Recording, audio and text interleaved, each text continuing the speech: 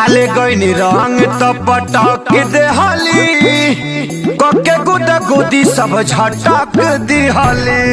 अरे बाप रे बाप बड़ा फरहर भौजाई देखा तानी। डाले गईनी रंग तो पटक दिहली कके गुदा गुदी सब झटक दिहली। उनसे भिड़ब नया गिला हम होलिया से ले ले बाड़ी भीतर रंगवा के झोलिया कैसे निकाली उनका चोलिया से कैसे निकाली उनका चोलिया से।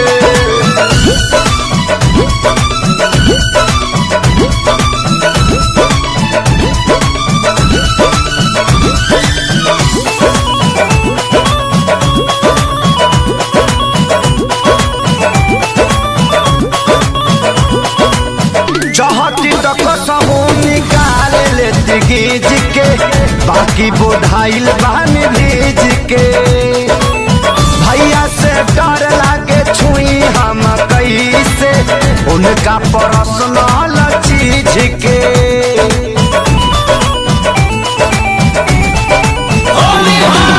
चाहती तो कसहू निकाल लेती गीज के बाकी बोधाइल बहन भीज के।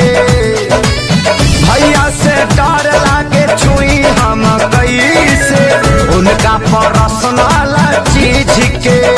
बड़ा डर लागे जमाना के गोलिया से ले ले बड़ी भीतर रंगवा के झोलिया कैसे निकाली उनका चोलिया से कैसे निकाली उनका चोलिया से।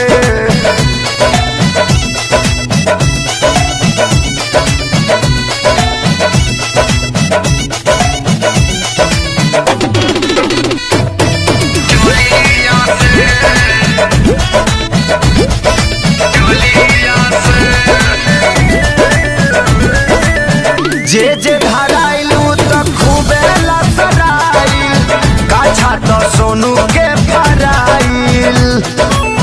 प्यारे लाल भगले से हम दे हाथी पकड़ैले पाछा तो करिया पोताइल।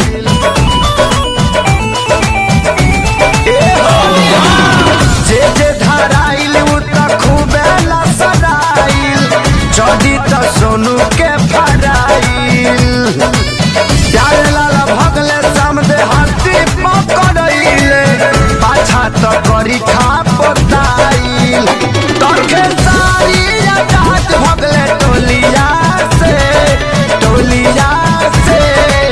ले ले बाड़ी भीतर रंगवा के झोलिया कैसे निकाली उनका चोलिया से कैसे निकाली उनका चोलिया